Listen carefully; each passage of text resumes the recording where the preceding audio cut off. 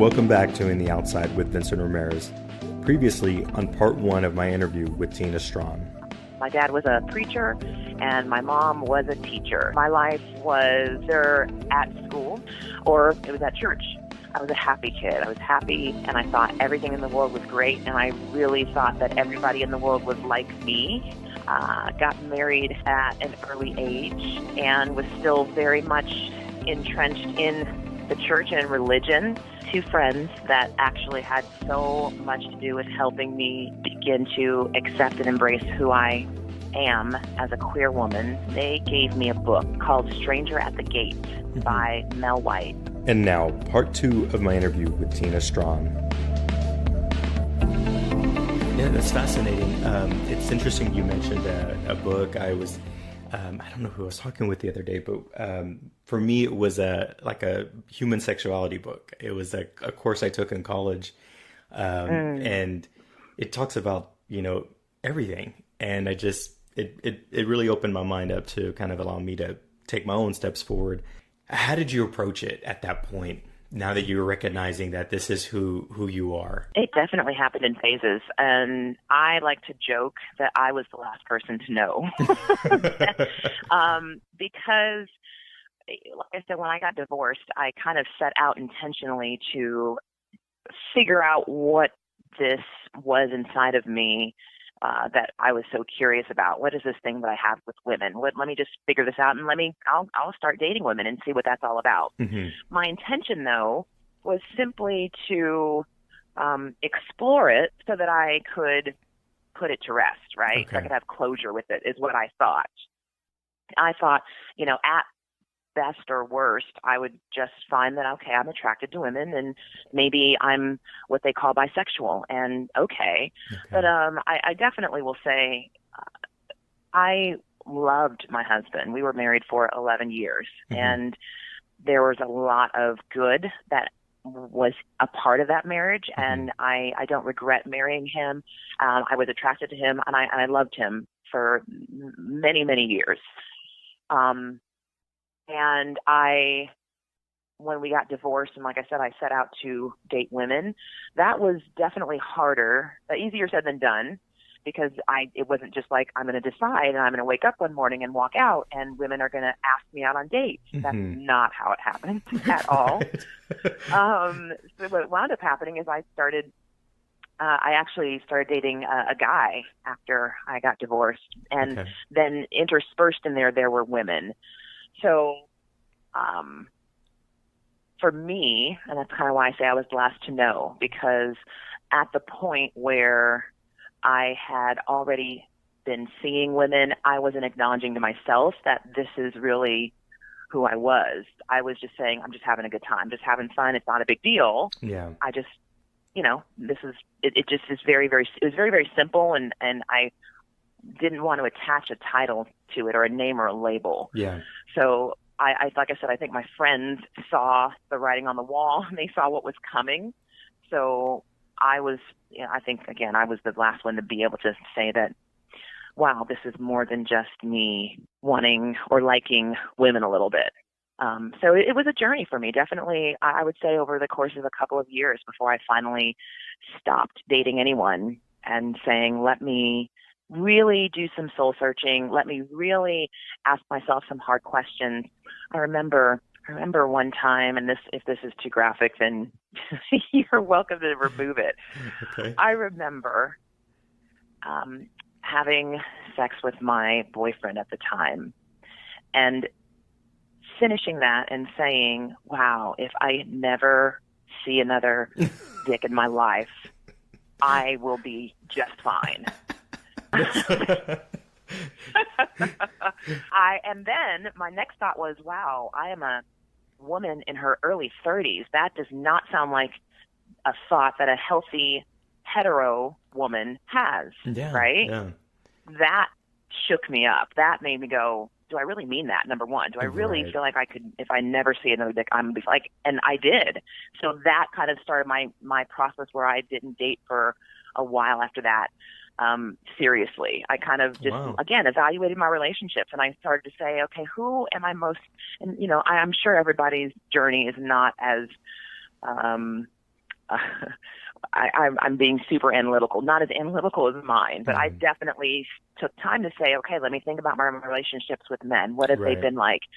What have my connections with men been like? What have my connections with women been like? What are my attractions? When I think about just truly who I want and what I want out of a relationship and what I've been receiving out of relationships, what I'm able to give, what brings out the best in me? When do I feel like I'm being truly myself? All of those questions ultimately brought me to, I know I want to be with women. Yeah. That's fascinating. Yeah, because I mean, kind of having to, kind of process. I think you mentioned at the time you were with a guy, and having those thoughts and thinking, sometimes, probably most mature adults recognize that sex can sometimes get, complex and emotional and all these different things that you had to kind of Sure. almost check yourself. Like, wait a minute, is this like, am I really feeling this? Yeah, I was tired of, I was over it. I was Yeah. over it. And again, I know that's not everybody's story and journey. That definitely Yeah. was mine, where I had this moment where I just was like, what am I doing? And what if I don't ever do this again? Will I miss sex with men? Hmm. How important is that in my life? Yeah. How important is that in what I want from a relationship? To come to find out that it wasn't, and I would be just fine without it for the rest of my life. Yeah, and I believe you mentioned you were married now to your current wife. How long have you two been married? Yeah, so we got married. Dorian is my wife, and she and I got married in January of 2017.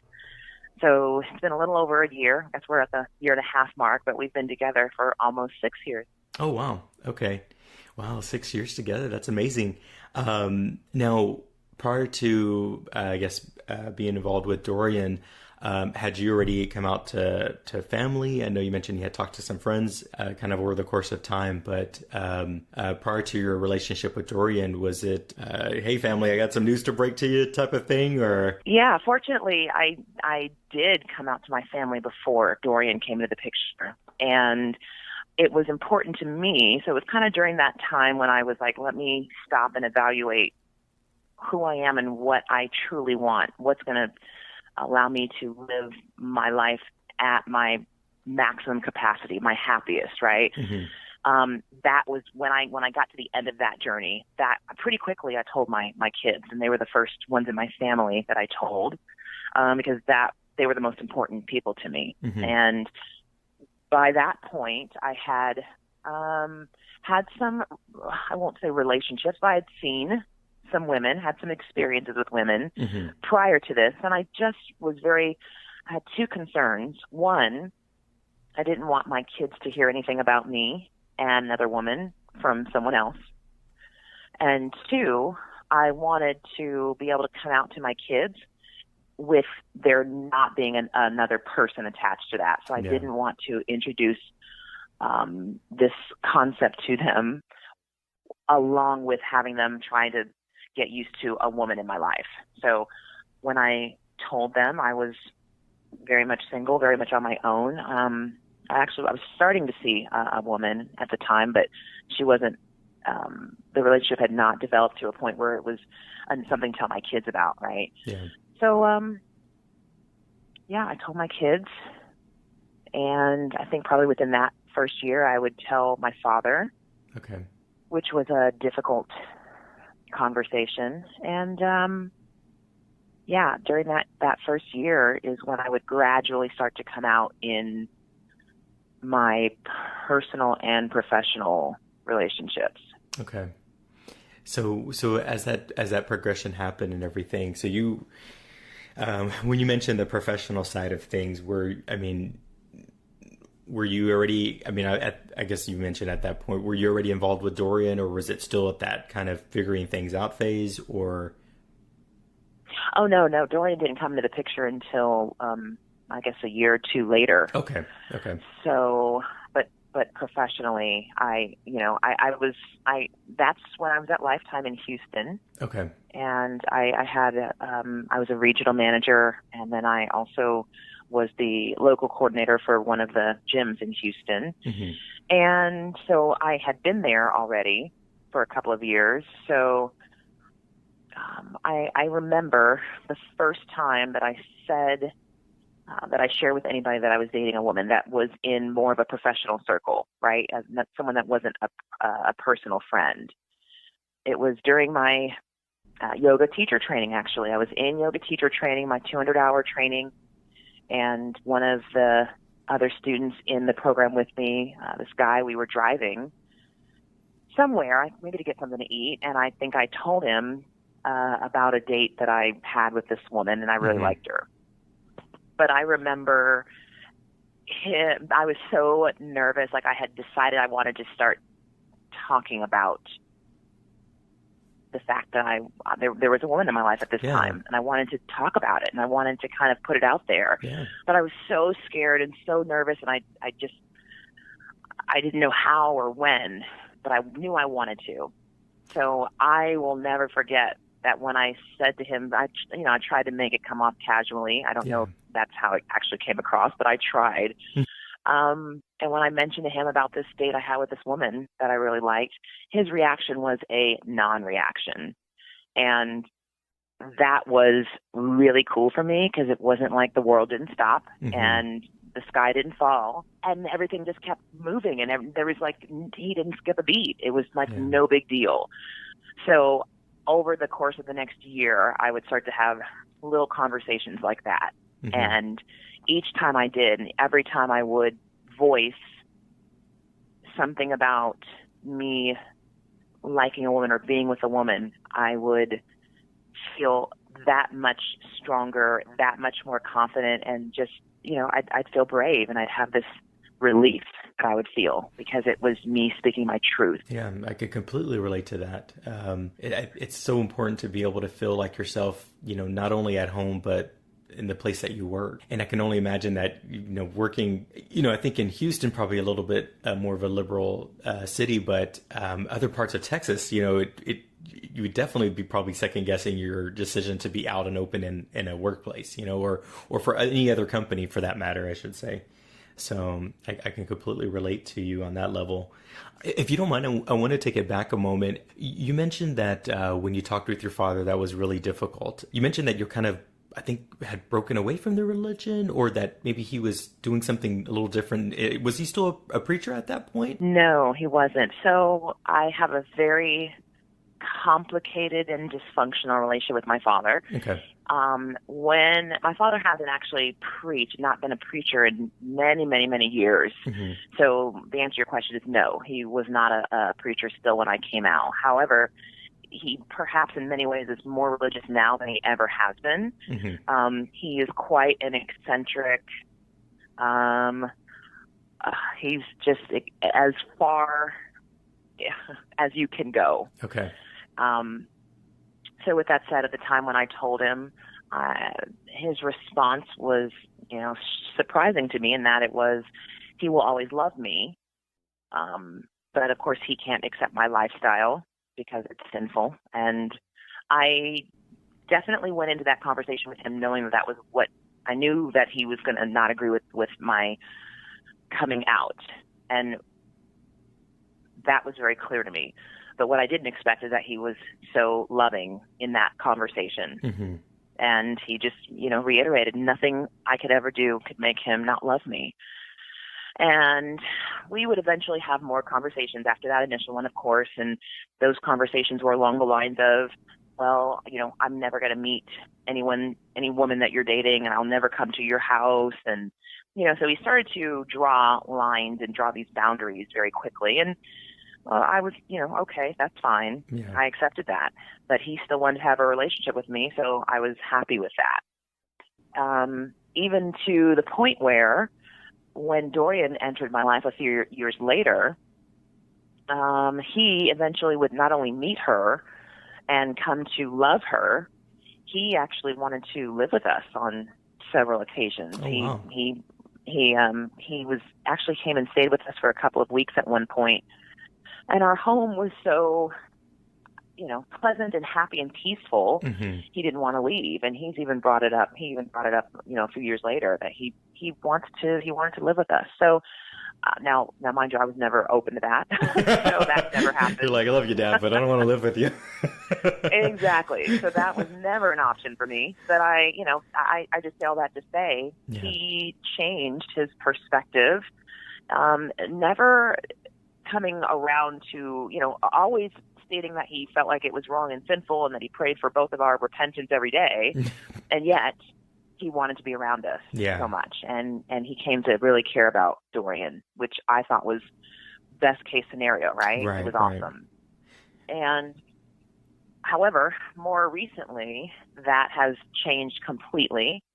And what that's resulted in is my father has basically disowned me. He doesn't like to use that word because he feels like it's not accurate, but based on his behavior of he can no longer have me as a part of his life because he feels like I am continuing to live in sin, and he feels like he can't participate in that. Therefore, I can't be in his life anymore. That's a decision he made right after I turned 40. So that's tough. That's really tough. I'm sad to hear that. But it sounds like you're a very patient person. So hopefully in time, time will heal, type of thing. So, what was the relationship like with maybe your other family? Like you mentioned, you have a sister, and and the relationship with your kids and everything after, and what are those things like now? So I don't have a close relationship really with any of my family, other than I have 4 nephews and a niece, so and my sister's kids. So that relationship with my nephews and my niece, that's in a good place, of course. But I don't have a relationship really with many extended family. So what's been most important to me is my relationship with my kids. My kids are 18, 19, and 22. My 19-year-old will be 20 in January. Oh, wow. So they're young adults. Yeah, they're pretty. Yeah, exactly. They're grown. Again, Dory and I have been together almost 6 years, so a significant part of their lives. Yeah. And I will say that from when I came out to them when they were much younger, they were so young at the time that it was almost, and they could probably tell you different. I don't remember a whole lot of pushback, or I don't remember a whole lot of difficulty or challenges for them concerning my sexuality. I think I told them very matter-of-factly, and they just were like, okay, and that was the end of it for the most part. Yeah. At the time, my oldest daughter was, again, I had raised my kids very religiously, so my oldest daughter definitely initially had some feelings of, well, doesn't the Bible say that's wrong? And so we had to have those conversations. But I have always been so amazed and in awe about how loving and just incredible my kids have been with me and with Dorian also. Any issues that they've had with Dorian have just been because she's the parent, the step parent. Right. But I will definitely say that for the most part, no, in every way. Yeah. They love Dorian and Dorian loves them. And I know you've got, your partner has a couple of kids, and I know that you mentioned that you love them just like they were your own. Absolutely. Dorian is the same, is have a partner who is just full of love, that their love is complete for you, and that includes your children. I think that's a gift that I'm so incredibly grateful for, because she came into a difficult situation in that she started to date a woman who was a single mom of 3 kids. I think when she came into the picture, they were 12, 14, and 16. Yeah. Those are asshole ages. Stay tuned for part 3 of my interview with Tina Strawn, and don't forget to subscribe to In the Outside podcast and share it with all of your friends. As a matter of fact, I used to be your typical, I don't want to talk about religion or politics person because it's rude and I don't want to offend anybody. That definitely used to be me. After seeing those two videos, I was changed forever. Something inside of me broke. Fast forward to November 2016, and Donald Trump was elected. And I just felt like the world turned upside down. I went to the local Women's March here in Atlanta, and that was my first taste of activism, I would say.